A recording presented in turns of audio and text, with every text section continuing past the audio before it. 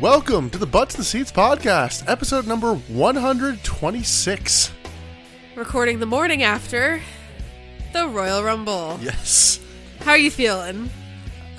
Physically, mentally, emotionally, all of the things. We'll see how it all goes. Yeah.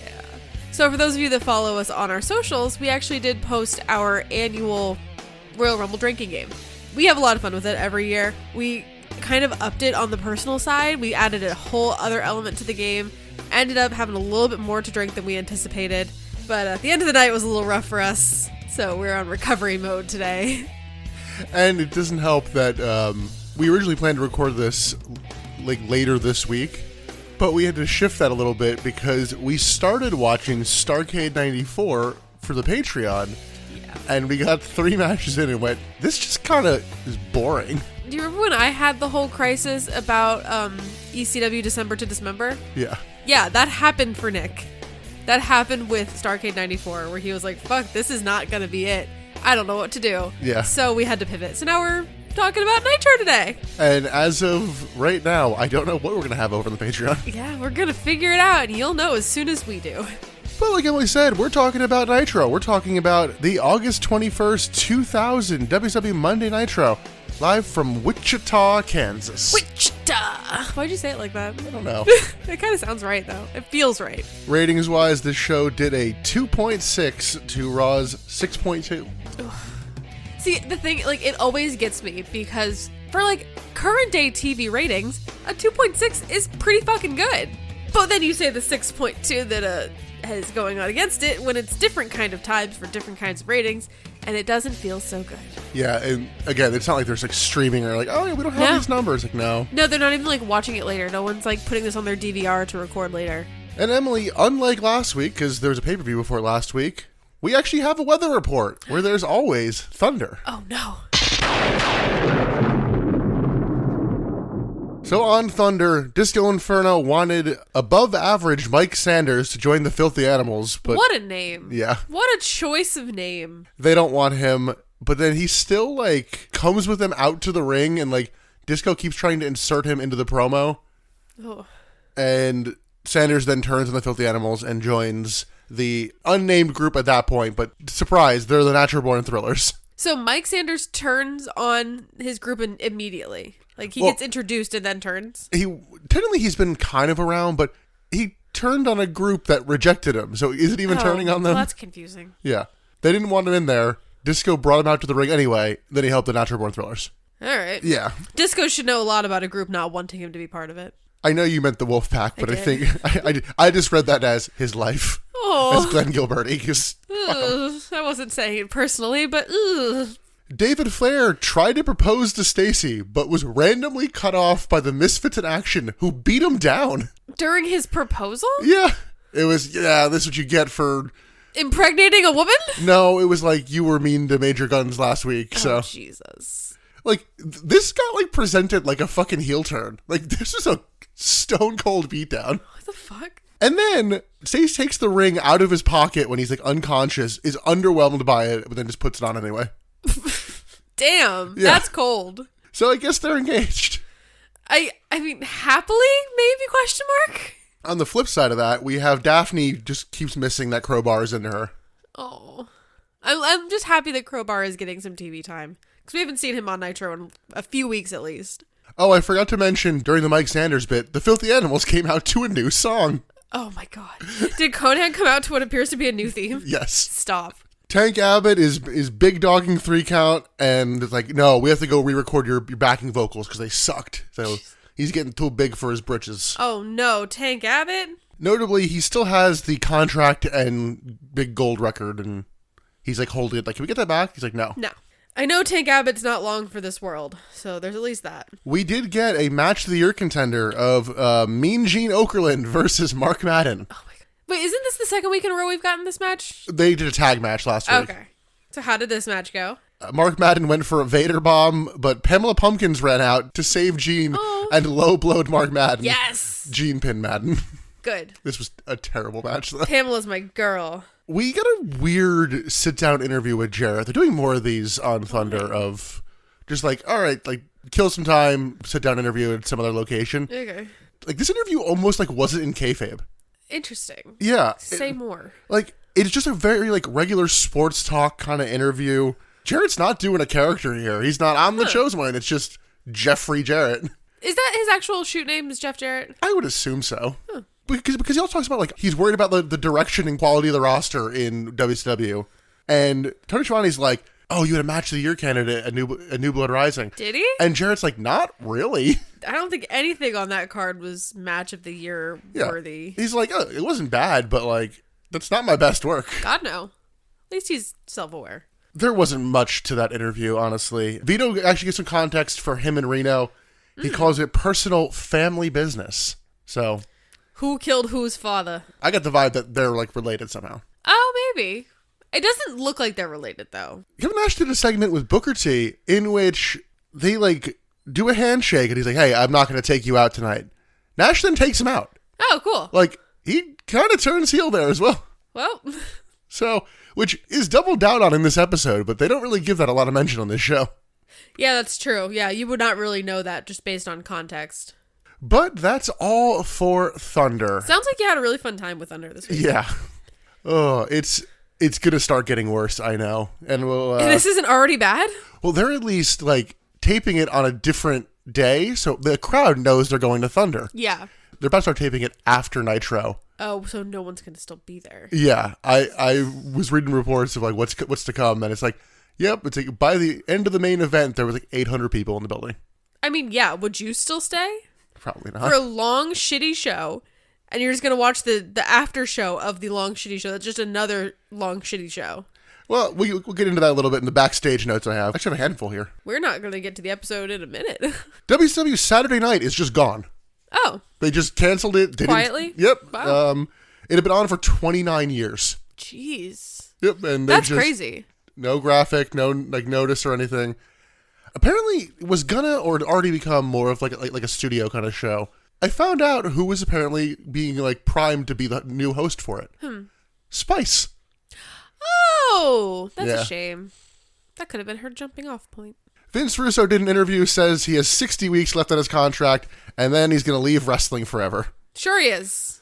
He's like, oh, we just need like a big like Mike Tyson kind of moment and angle and all that. Sure. That sounds right. He also How are you noted, going to get that? Yeah. He also noted that Madeja is going to be the new Sable. Oh. Yeah. Let's talk about that taping schedule I mentioned. Yeah. So the taping is going to start at 7 p.m. Oof. Okay. So the show's going to air on like a 1 hour delay. Right. We've talked about this delay before, and I'm not totally understanding it. Meaning the crew is going to be editing/filming the second hour while the first hour is on. That's crazy. And then they're going to tape Thunder when the second hour is airing. That's insane. Yeah. They're also going to have to like, you know, have all the pre-tape stuff ready to go. Yeah. And they're not going to break for commercials. They're just going to go straight through. Okay. So what could possibly go wrong with all that? I mean, the thing is, like, these are live shows. They're not usually heavily edited. The graphics are usually done prior to the show. So there's a chance that this is fine. Yeah, do you believe that, though? In current day, I believe that. Like, if Raw were to do this, I feel like Raw could do this. In Hulk Hogan and Vince Russo news, still nobody knows if it's a work or a shoot at the time. Oh, my God, really? Yeah. Because they're so used to, oh, we're going to work the boys. Everyone's like, I don't know if this is legit or not, but... That's just kind of annoying. We got official releases for, quote, every single Mexican on the roster besides the Filthy Animals. Oh. What year is it?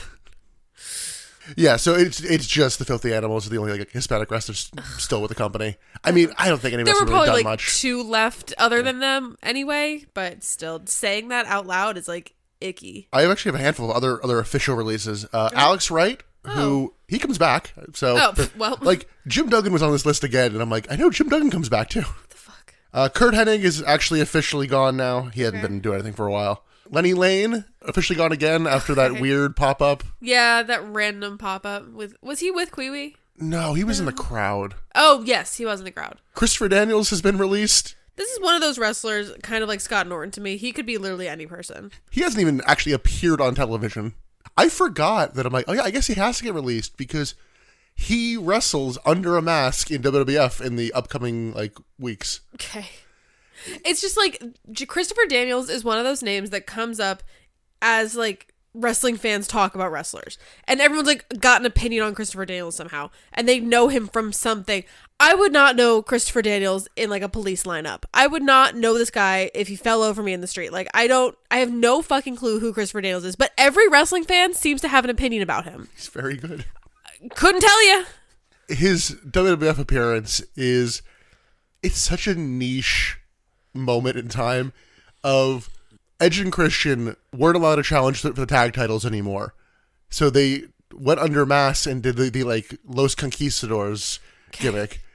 Then Mick Foley booked Los Conquistadors versus Edge and Christian. Oh. So they had to get two people. They had to get two new guys. Yeah. And one of them is Christopher Daniels. Yes. Okay. I think that's like his only match in WWF. Okay. Oh, I have two more releases. Elizabeth is officially gone. I feel like she was gone like a year ago, but sure. That makes sense. She's gone at the same time as Kurt Hennig. Well, Were she they was in with like Luger. the same storyline? No, not really. Oh, okay. And Mike Rotunda is the last one. When did we see him? We would have seen him as part of the Varsity Club.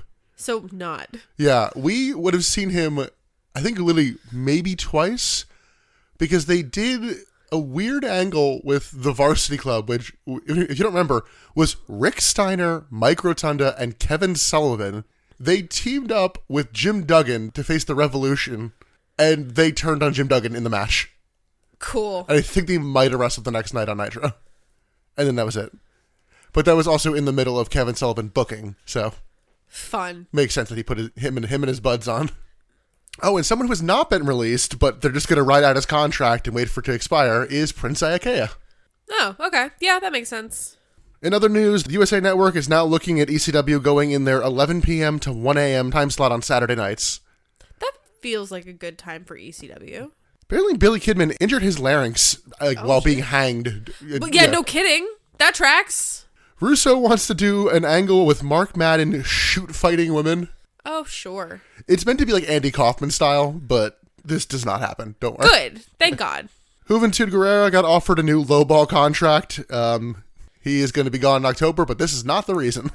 Interesting. I'm scared to know what the real reason is. We'll get there when we get there. Leia Meow, who's also part of the Varsity Club, is still under contract, likely because she apparently reported sexual harassment. Great. And according to Tony Schiavone on his podcast in the last couple of years, Jimmy Hart was sleeping with her.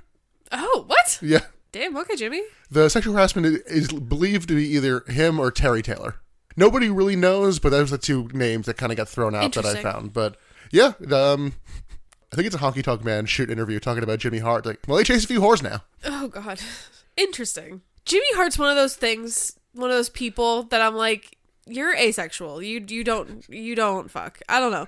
That's very mean of me to say, and I'm sorry about it. I just can't picture him in bed. When I saw people talking about this, it was they don't call him the mouth of the South for nothing. Oh. Okay. I stand corrected. Booker T did a newspaper interview just burying Kevin Nash for like wanting to leave, and it's like, yeah, go ahead, because if you go to WWF, like, you don't work their style. You're not taking a suplex on the fucking ramp, like you. True. Yeah. I bet his mouth doesn't go south. Which I was reminded that it's like, oh yeah, you can't work that style. And then I remembered what happens when he goes and tries to work that style. Part of the reason the NWO angle blows up in a bad way in WWE is Kevin Nash tears his quads in a random 6-man tag. Oh yeah, I knew that. Yeah. It's not the first time. But oh, great. Yeah, it's like, oh, well, what is it with wrestlers and tearing their quads? Yeah, Scott Hall's gone, and Hogan's not in the NWO, and Kevin Nash has tore his quads, so yeah, we're just done. And then our final note, in some potential good news for WCW, the following 2 weeks of Raw are going to be preempted for the U.S. Open. Tennis, anyone? Yes. Is it that one? No, I mean... I just quote it every time tennis comes up. No, because that's a Vince McMahon quote. That would have been like a 93 or 94 kind of Raw, but... No, there's no way it was that early. I think it was. No, there's no way, because he was an on-screen character. He wasn't a commentator. No, this was like Attitude Era was Tennis Anyone. Okay. In my head, it's shit commentator voice Vince. No, to me, it's gravelly. But yeah, so the ratings should look better for the following 2 shows, and I know they actually are. I think they actually go above a 3, but it's still not. Fuck, you're right. It's 94. In my head, does he say it again as a joke later on? And like, I don't think so. I swear to God. Well, Emily, I have no more backstage notes. Let's get into this goddamn episode. Yeah.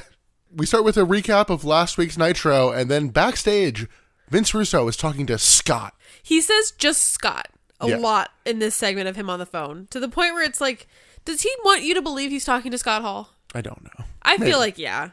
Just like have that little dangle of like, hey, maybe. Apparently tonight's the night. Sure. Jeff Jarrett comes in. He wants to fight Goldberg. Russo says everybody wants to fight him, so... Yeah, he like, kind get of in line. tells Jarrett to fuck off, essentially. He's just like, you want to face him? So do I. So does everybody. Get out of here. We then get opening pyro and our first match of the night. It's Elix Skipper with Lance Storm. By the way, he is the Cruiserweight champion. I don't know if this is for the title or not. I don't even think they know if it's for the title. Yeah, he's facing Lieutenant Loco with General Hugh G. Rection. Ugh.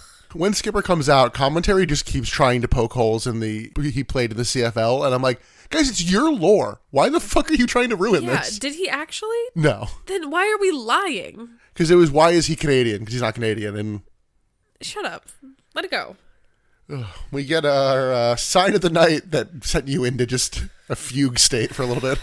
I like to watch wrestling for the escapism, and it's continuously becoming less and less escapey. There's a sign in the audience that said, "Make Canada the 51st state." The Misfits in Action come out with their Super Soakers as Lance Storm hops on commentary. I love the Super Soakers. Like, that works for them, and it makes it, like, it works for their gimmick. Match starts, commentary points out that, like, Skipper didn't win the title, so Storm notes, like, well, Lieutenant Loco was the last champion, so if he wins this, like, you have no right to complain. Yeah. And they're like, oh, yeah, I guess so. Fair enough. They start fast-paced, and Loco hits a head scissors. Storm low blows Loco with a flag, but Loco kicks out, and Rection and Storm brawl. Elix Skipper swings a chair and misses. Lieutenant Loco then goes to use the chair, and is stopped by the ref, because, well, that would be cheating, wouldn't it? Nick's about to kill somebody. Why could fucking Elix Skipper do it? This is the shit I'm talking about with the cheating. You not keeping up the rules breaks the psychology of wrestling, because this makes no fucking sense. I'm so sorry. Elix Skipper hits a Grey Cup ring shot for the win. And guess what? He had to do that behind the ref's back, because it's cheating. Nick is yelling at me. Yeah. He was losing his fucking mind when we were watching this. He's actually keeping it very subdued, and I'm very proud of him. But there was a lot of ferocious typing and scoffing and heavy sighs. Oh, there's plenty of stupid bullshit with rules later, too. Yes. I mean, this is a stupid episode. Like, Yeah. Overall, again, not the worst episode that we've ever watched. But the bar is low. But not great. This match was way too quick, and I hate the bullshit cheating logic, but, like, it was funny, because we went from watching Starrcade, which was boring as hell, to this, and I was like, okay, I was literally saying to you, it's weird that I'm like, oh yeah, this is a bad show, but this is actually entertaining.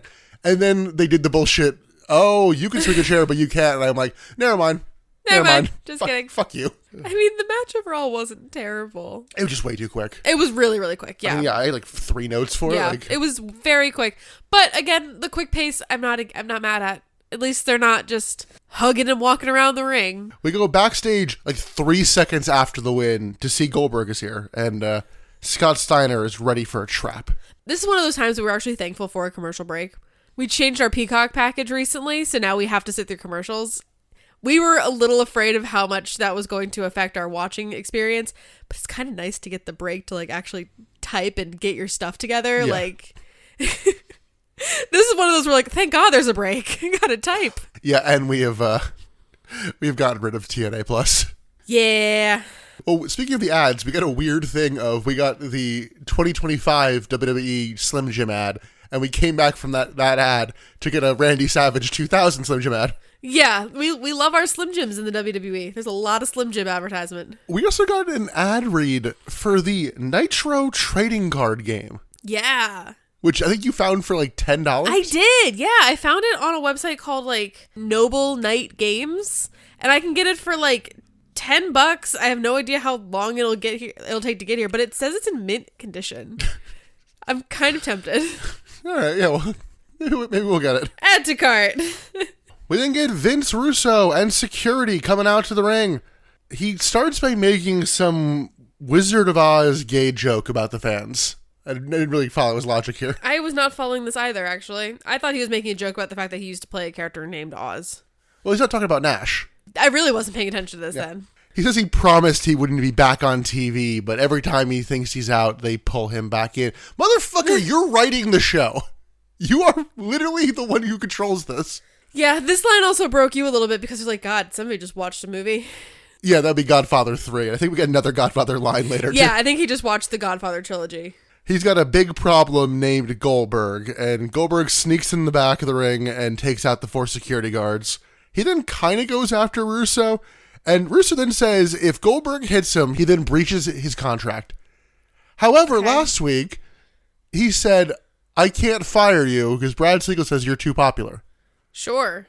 So you can fire him. You just need him to breach his contract. Right. Because that means you couldn't have fired him last week if you wanted anyway. There's just so many plot holes that they're not even bothering to acknowledge. Yes, Goldberg apparently has a guaranteed, I guess, no-cut contract. And I'm like, wait, so doesn't it, like, nullify a lot of storylines we've had in the past with him of, like, he can't get fired, so why are we doing this, like, blank or you're fired match? Well, then Russo offers Goldberg his official release from WCW. And it's like, you'll be paid in full, and there will be no non-compete. So you can go wherever you want next Monday. I would take that. If I was Goldberg, I would be like, no takesies backsies, right? Are you sure? Because bye. I would love to see, yeah, if he like went against the script and just signed it, went by, because he wants to fucking leave. Yeah. The problem is he just isn't going to get paid remotely what he wants in WWE, which is also partially why he's not there during the invasion, because he's on like a $2 million or more per year deal, and that's just not the type of deal that WWE does. Damn. That sucks for him. But that was just one of those moments I'm of like... only making $2 million per year. Oh. Valid. That's fair. But it's just like you have this opportunity dangled in front of you to jump off of the sinking ship. Not really. I don't think they're that stupid to draw up actual release papers. I do. I think they're that stupid. I think Vince Russo is absolutely that stupid. I don't know why. I just remembered in TNA with Hogan and Bischoff where they tear up the script and it literally was the script. It was the actual script and they threw it into the audience. And these two like little boys were like, oh, we're going to read it. Here in the script it says to rip up the script. Goldberg rips up the release papers and Russo talks about everybody who wants to fight Goldberg. Russo then mentioned Goldberg's girlfriend, Beth, so Goldberg starts choking Russo. Is that not grounds for firing? Should be. How dare you talk about my girlfriend, Beth Berg? We then see on the screen Scott Steiner is kidnapping Beth. So no, not again. Goldberg then sprints out of the arena. We then get Booker T coming into the ring to confront Russo, and Booker says he needs Russo to deliver a message to his boy, Kevin Nash. You're going to tell me what to do? You think you can tell me what to do? I made you. How dare you?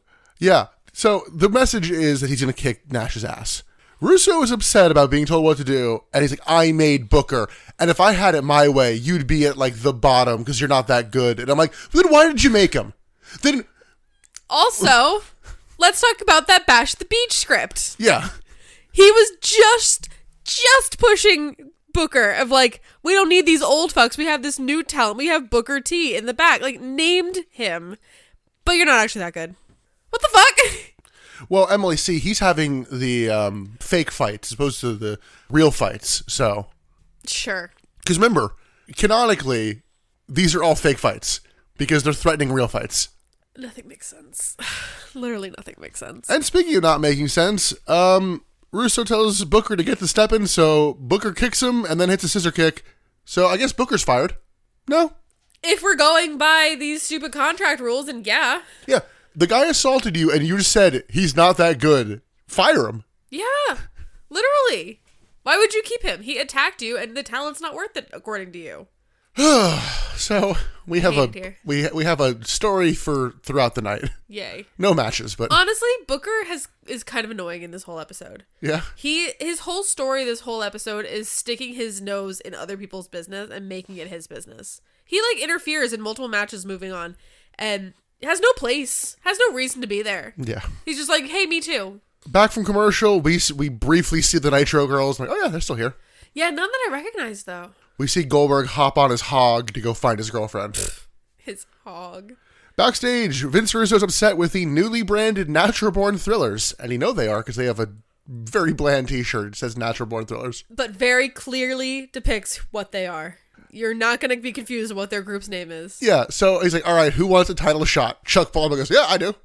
So if Kevin Nash is late, he gets a title shot. I didn't understand how we got to this scene, though. It looked like the Natural Born Thrillers came and, like, saved Russo from the ring, like, dragged him backstage. Yeah, well, it seemed like they were supposed to have his back, but, like, didn't, because he was like, what the hell, guys? Like, where were you? But okay, yeah, none of that was explained. Yeah, but they're they're good with Russo, and... If Kevin Nash is late, which he's always fucking late. Yeah. If he's late, then he can have a match. That's a vote of confidence. Also, that match is in the middle of the show, so it's not like you gave Nash all the time in the world. True. And technically, if he's not here by now, he's late. He's late. The show already started, therefore late. Our next match is... I got very concerned, because I'm like, oh, it's Kwee and Paisley. Why is Paisley's name the same size as Kwee-Wee's on the nameplate? Oh, fuck, this is a mixed tag. It's Kwee and Paisley versus Major Guns and Corporal Cajun. Why is it Paisley? Yeah, Papaya. She's just gone. What happened to Papaya? I don't think it's even... nothing in my notes from fucking Thunder about Where that. did Papaya go? Back to stripping, I guess. That's upsetting. I don't know. She was fine. She was just as useful as any other woman on this card. She was fine. Well, you know what it probably was? They want to do shit like this, and she's not a trained wrestler. And, you know, Paisley's not great in the ring. Then why did they hire her in the first place? Because they originally hired BB from WWF and then changed it. I don't know, man. Yeah, don't try to put logic into this. But once it was a mixed tag, I'm like, okay, there's only a handful of... You know what? It wouldn't have made sense, but I was like, okay, most of the teams that they can face, it's going to be a bad pairing. Yes. The only one I think that might have been decent was if they had brought out Crowbar and Daphne. Ugh. But I'm like, it's going to be David and Stacy, or it's going to be fucking... Well, it can't be Stacy because she's pregnant. Yeah. Sure. It wasn't Shane and Tori. Could have been Shane and Tori. Thankfully, the men start this match and start up tempo, and Lash hits his shake, rattle, and roll. Paisley breaks up the pin. We get a graphic for a re-airing of Bull. I guess either like a movie or a show or something. But every time we get the graphic of this show, we get a loud like Nitro theme playing. Yeah. I don't know. I didn't look into what this kind of show this was either, because who cares? But the music was very weird. There was a couple of like weird moments with music in this episode. Yeah. It's almost like... And they're not doing it yet, but it's almost like production's already shoddy, and trying to add a new element is going to go badly. Well, we'll find out. Lash hits a power slam and catapults Kwee into Paisley. Major Guns goes for the, like, Umaga, like, corner hip attack, and just, like, fully jumps over Paisley's head. Like, it's not even close. No, yeah, she barely even does a glancing hit. Gun slams Paisley, and then Nash throws her onto Paisley for the win. Kwee and Paisley then attack MIA post-match, so who's the real winner, brother? I kind of hate that Kiwi and Corporal Cajun are good. I'm sorry, who? I stopped even trying to type Kiwi because the typos that kept coming up were so annoying. I was like, fuck it, his name is Kiwi. It's always been Kiwi. I don't give a fuck. It's always been Kiwi. I wrote Kiwi for the first time, and it autocorrected to like 3 different things before it would let me just say Kiwi, so I was like, screw it, his name is Kiwi. I don't care anymore. No. I hate that Kiwi and Corporal Cajun are good wrestlers. Yeah. They put on a really good in-ring match. I hate that their gimmick sucks. They are at the mercy of a shitty gimmick. And because of that shitty gimmick, they're not going to get pushed any farther than they already have. Because they're in these stupid-ass gimmicks. But they're fucking good. Yeah. I hate this. This is the problem with WCW. This is it. Ugh. Yeah, this match was fine. I'm not really sure what the point here was, though, because... The point was to make Emily mad. Like, I don't think these guys are going to start feuding. I think it was just... No, this was just a one-off. Yeah. Backstage, Russo talks to Scott and says the plan is working. Which implies that everything that they did before was, like, all according to plan. Yeah, I assume the Booker portion was not part of the plan. Yeah, probably not. Back from commercial, Tank Abbott is pissed at 3 Count for screwing up their performance. He's wearing the shiniest of shirts. Tank goes to leave, but then is just attacked by Vampiro, the Great Muta, and the Insane Clown Posse. They're back. Yeah, they're like actually properly here. Were they here a couple weeks ago? And then... Well, they weren't like actively part of something when last time we saw them, but they were like in the ring. They were part of the team here. So they also take out 3 Count. Vampiro calls them the Dark Carnival. And in the greatest line of a promo I've ever heard, he gives a shout out to like his bud Evil Dan, who would be here but he can't because, well, he's dead. Like, what? What the fuck? You know what? That reminds me. Months ago. She's not even over a fucking year ago. Scott Steiner just did a random shoot promo on Ric Flair. And he's like, why don't we hire the original Nature Boy? Well, we can't because he's dead. God rest his soul. Oh my god. I'm like, what the fuck? Are you guys just like forgetting that the people you're talking about are dead? But JCW is now taking over WCW. The J stands for Juggalo. I'll take it. You know what? It's probably better than whatever shit we've got. Yeah, and Vampiro is apparently the JCW champion.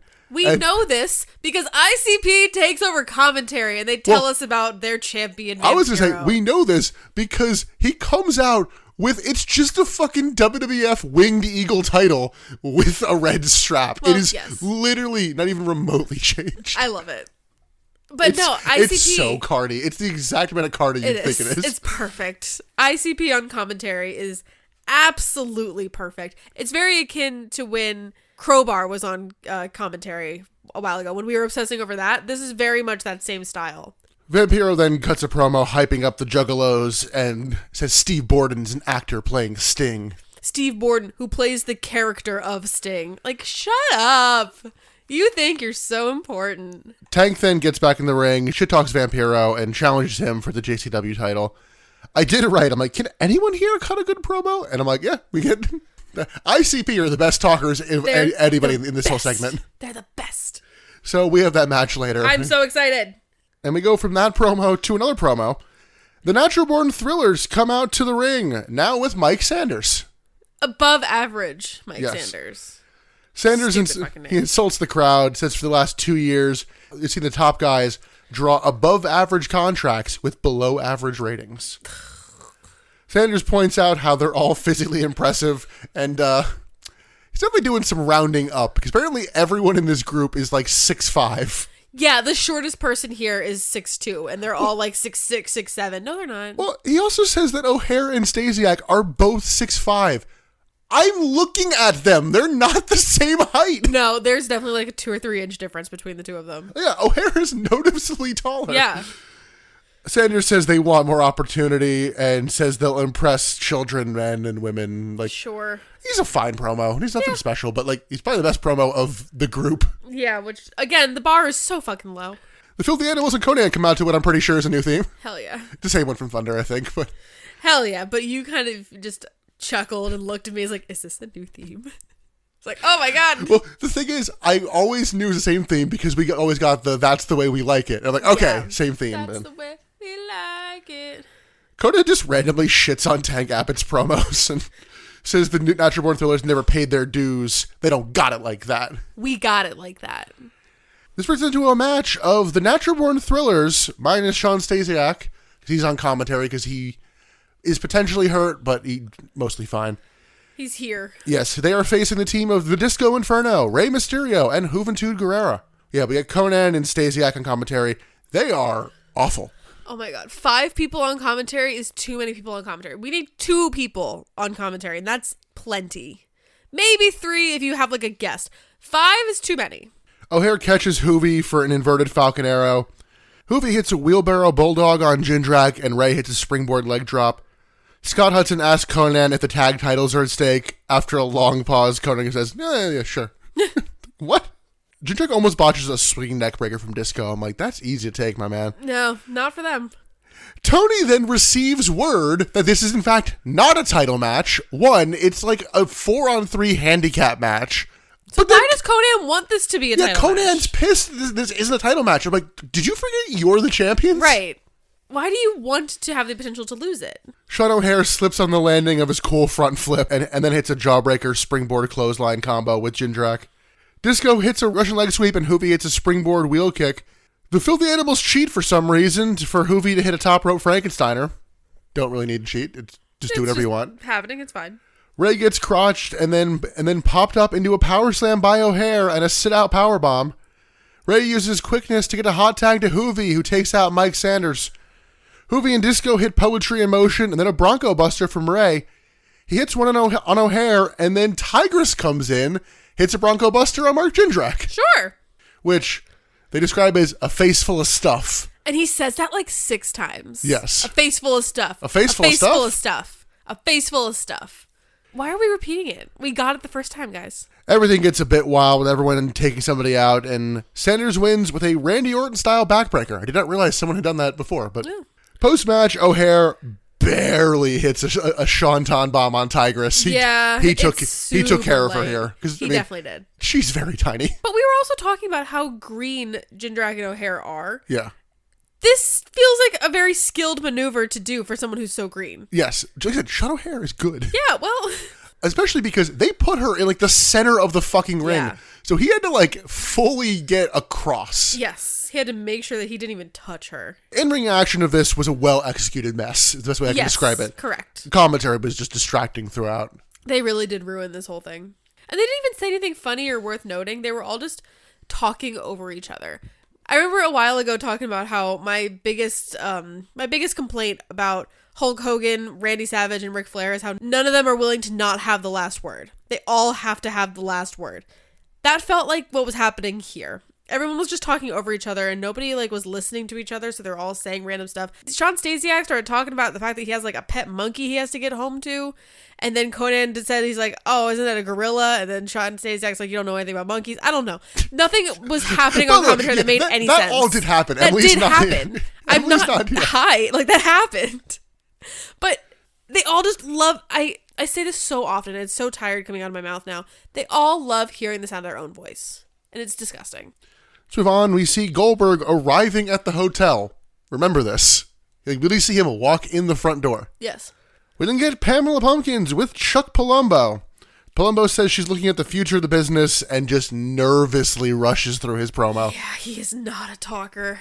But that brings us into, like, halfway through the show. It is, for the WCW title, it is Booker T versus Chuck Palumbo, and special guest referee is Vince Russo. Shocker. He's wearing a ref shirt with a seemingly knockoff Yankees logo on the shirt. Yeah, you said it was legally distinct. Yes. Isn't this one of your pet peeves where like a match for the world heavyweight title is in the middle of the card?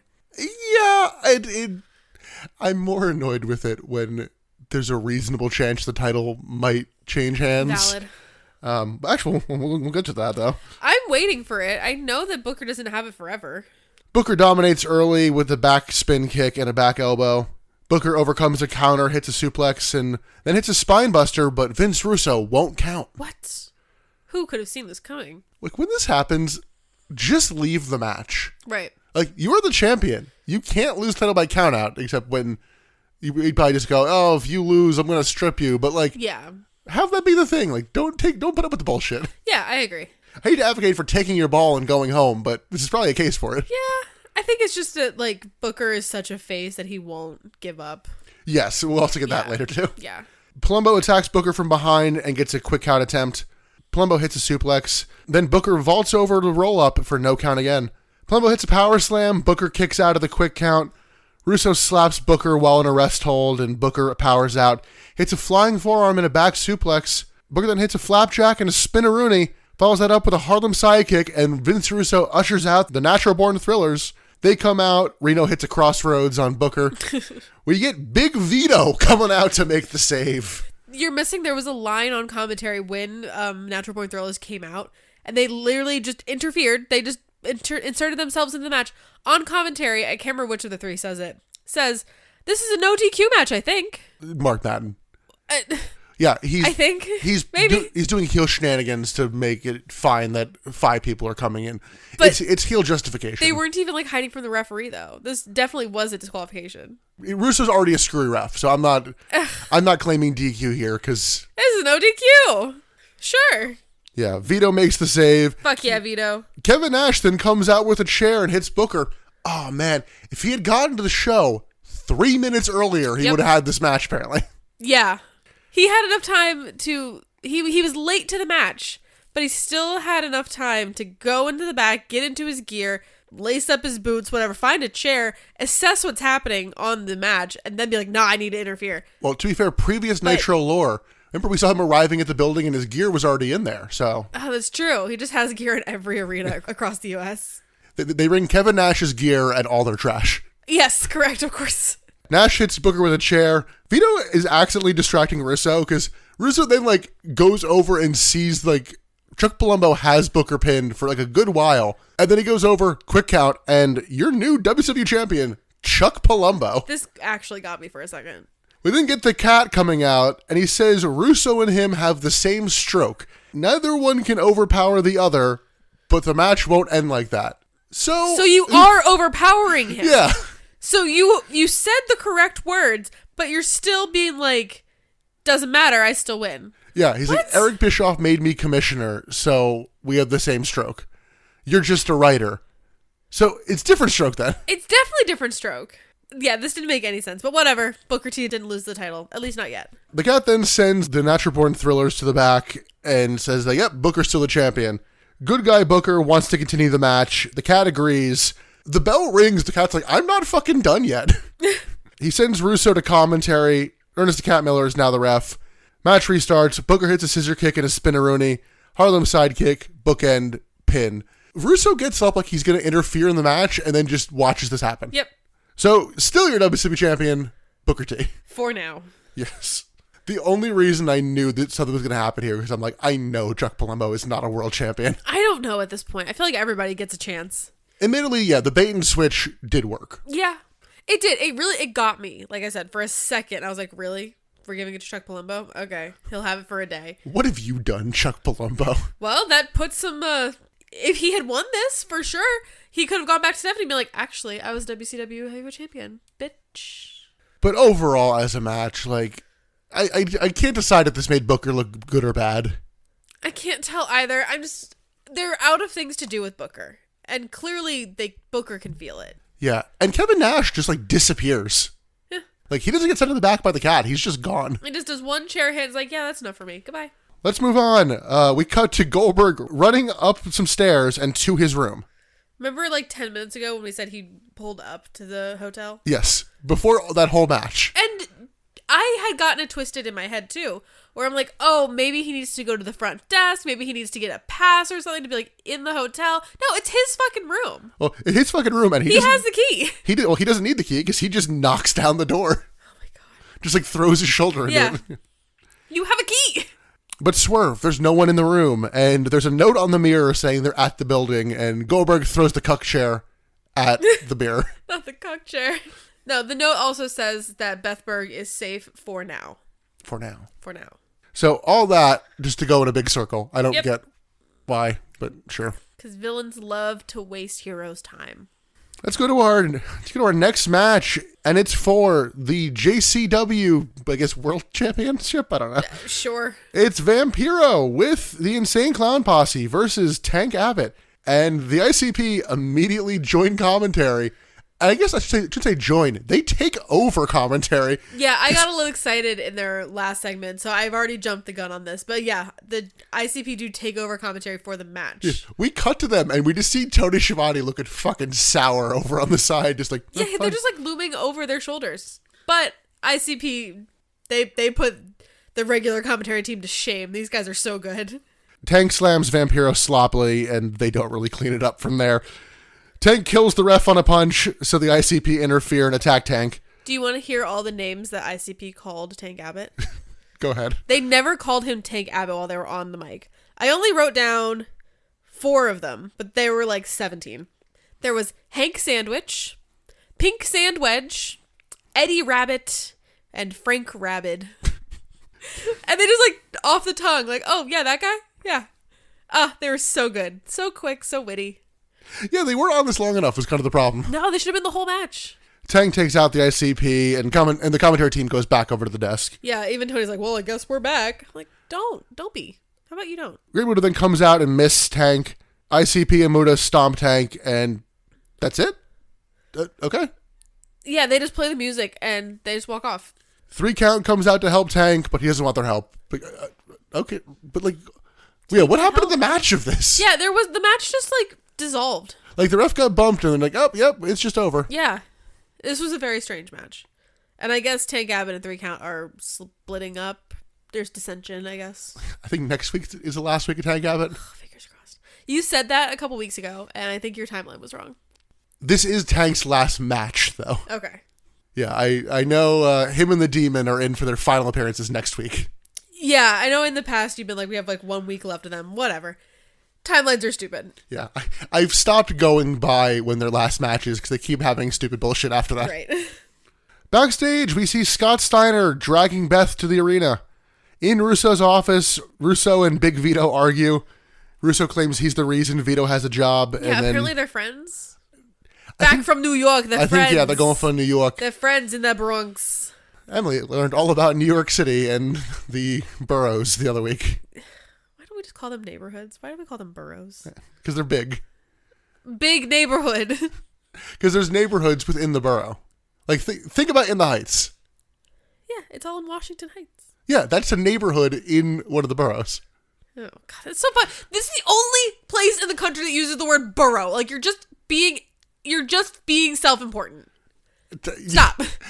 You realize where I grew up, I lived in the township and there was a borough as well. Yes, it's stupid. New Jersey is the only state to use townships. That's fucking stupid. Now, you're not important enough. Now, in the nation of domination, is it townships? Is it boroughs?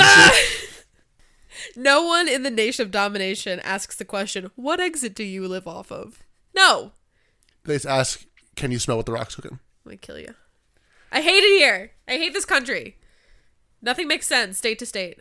Yeah, admittedly, he says he gave Vito a job. I don't know if that means he's also responsible for getting Johnny the Bull a job. And Emily, Johnny the Bull goes on to wrestle as a wrestler named Relic in TNA. Okay. And I don't know if you're aware of this, but Relic is killer spelled backwards. No way. That's crazy. You haven't done one of those in a while. He's been off the show. That's true. Let's move on to I guess it's technically just a one-on-one match, but it's a hardcore title match. Chronic come out.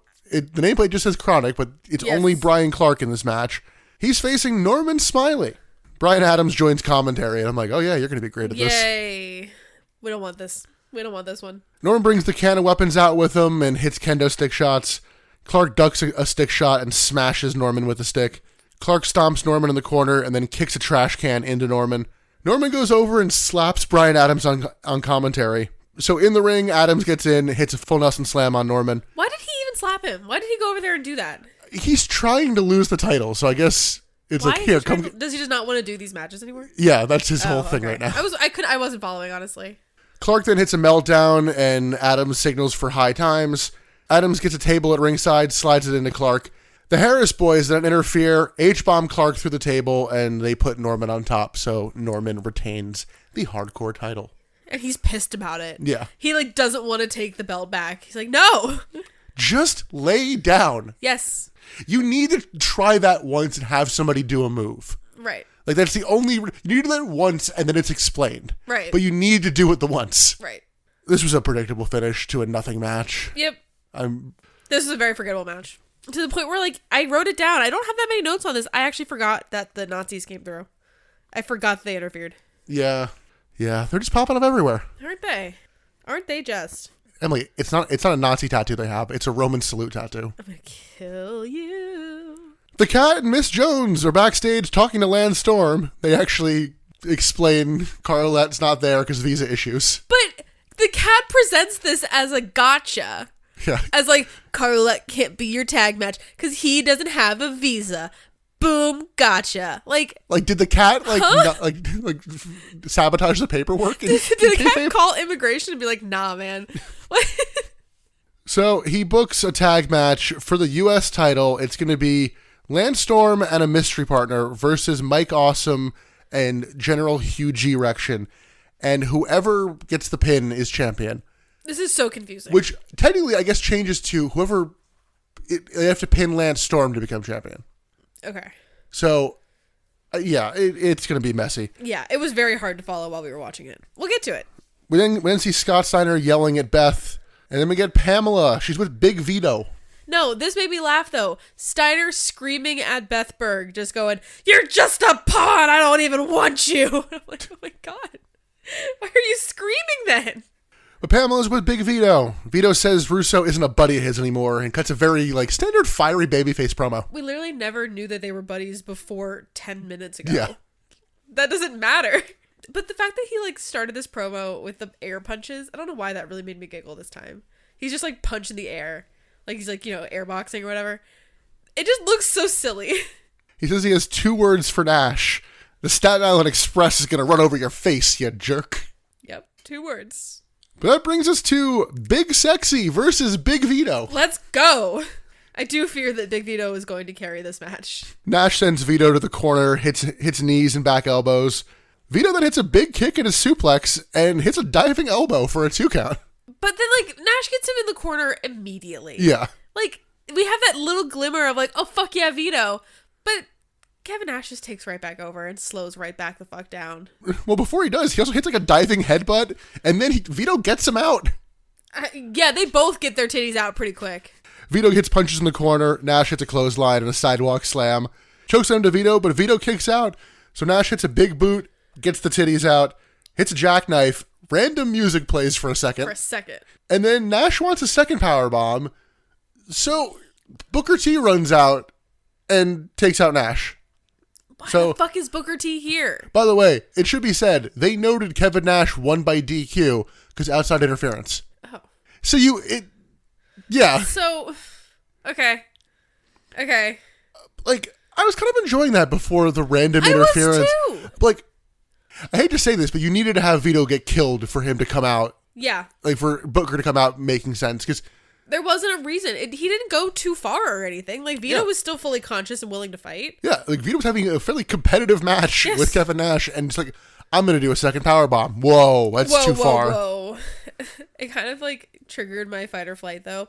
When Kevin Nash raised up the one finger. I was like, are you, like, about to join the bloodline or something?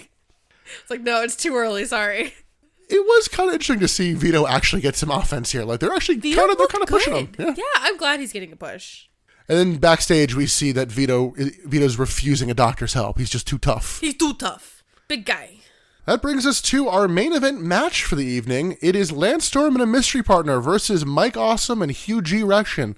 Storm comes out with the mic once the Canadian anthem played, and the anthem is interrupted by Jeff Jarrett.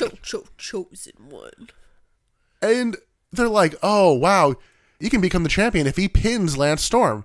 How can you pin your partner and both of you be legal in the match? The rules don't matter, Nick. Like, calm down.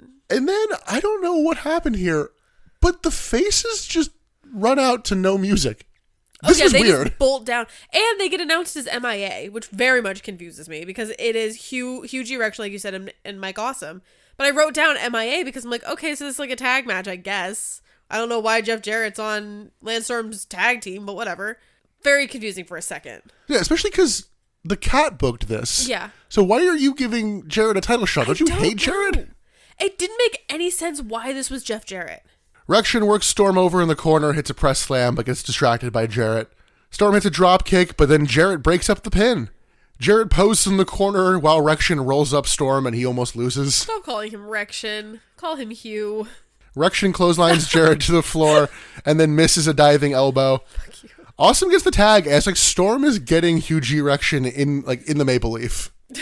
He's getting huge erections. Oh god, that'd be bad in the Steiner recliner. Oh no.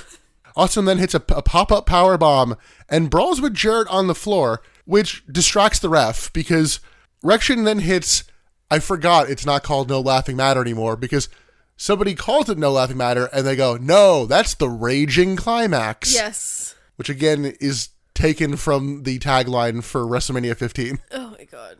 So he hits a Raging Climax on Storm, but the ref is distracted. But he's not the legal man anyway. Right. Because Awesome tagged in. Who cares, Nick? Relax rules here, man. Elix Skipper then hits a diving leg drop to Rection, taking him out, which he can do because the ref's distracted. Jeff Jarrett then swings his guitar at Lance Storm, who ducks, and then he hits Awesome. Storm pins Awesome while Rection tries to pull Jarrett out of the ring. This was messy.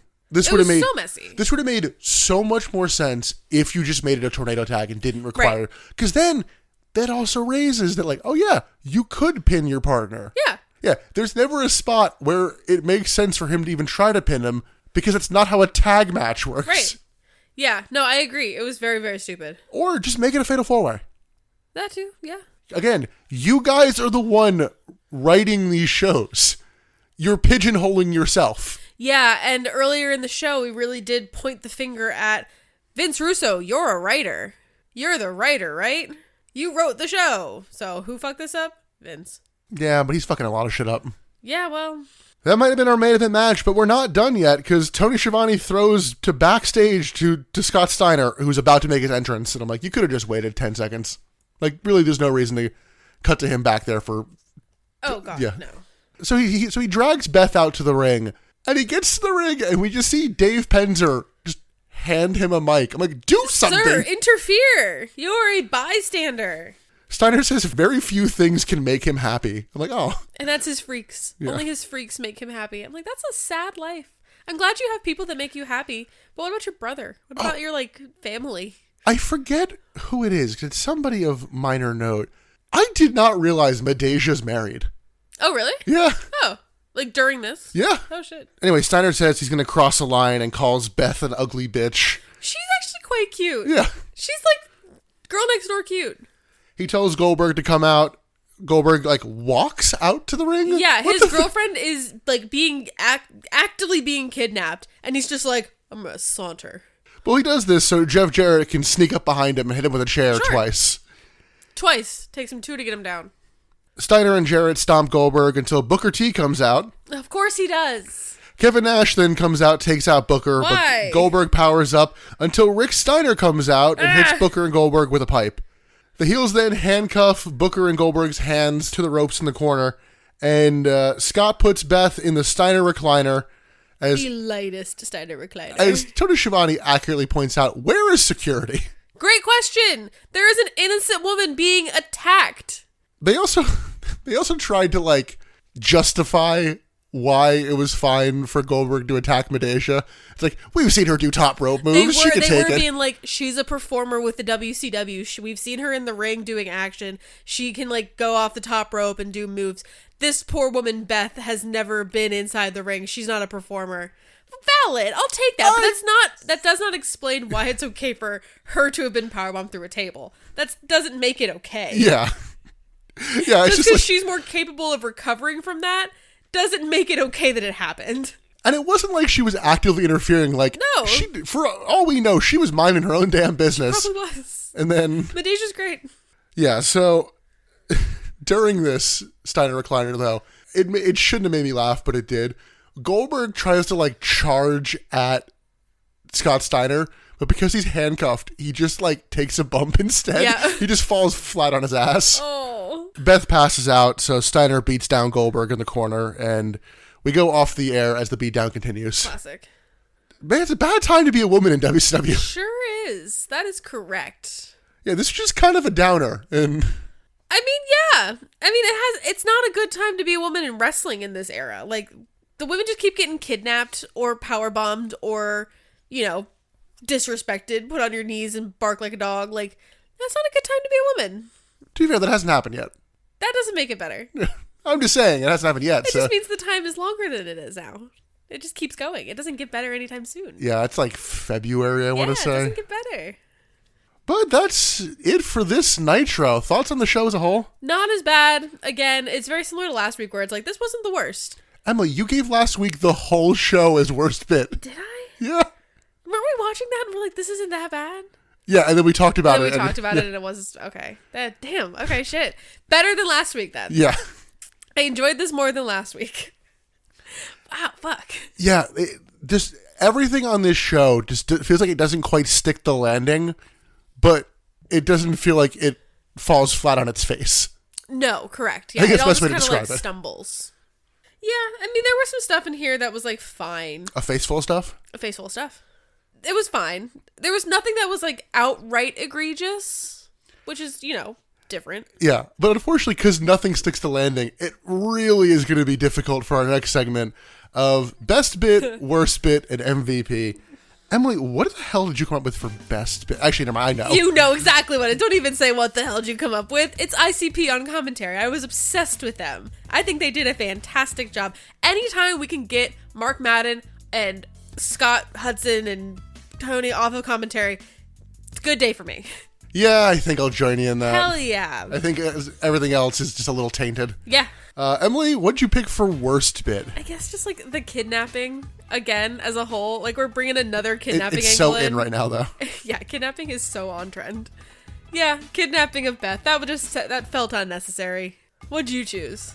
Nothing really super stands out for me. I mean, Tank Abbott versus Vampiro as the actual match is tempting. But I think I'm just going to give worst bit to a concept, which is just the state of the rules. Sure.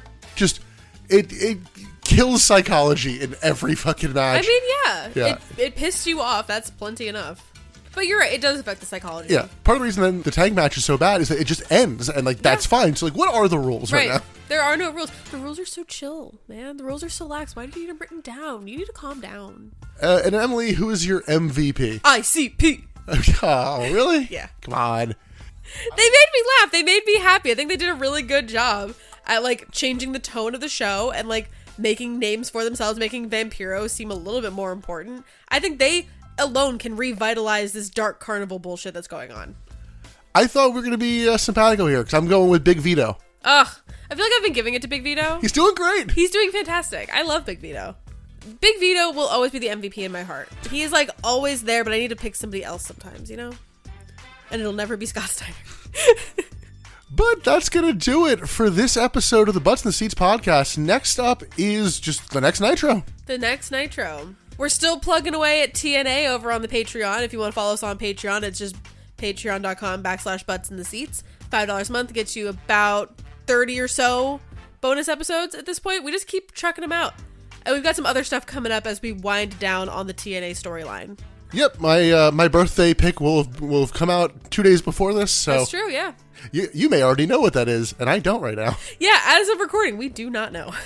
Editor note, it ended up being King of the Ring in 1995. Woof. But if you also want to listen to our back catalog, you can do that everywhere podcasts are found, except for SoundCloud, and you can follow us on social media at Butts in the Pod on Twitter and Instagram, Butts in the Seats Podcast on Facebook and Blue Sky. Blue Sky. Emily, any closing thoughts before we get on out of here? No, I think we just need to keep ruminating on how that Royal Rumble last night made us feel. We need to kind of decide how we settled on that. But this was a good little distraction to remind us that there's other stuff in the world. Could always be worse. But on that note, I'm Nick. I'm Emily. And thanks for listening to the Butts in the Seats podcast. Bye.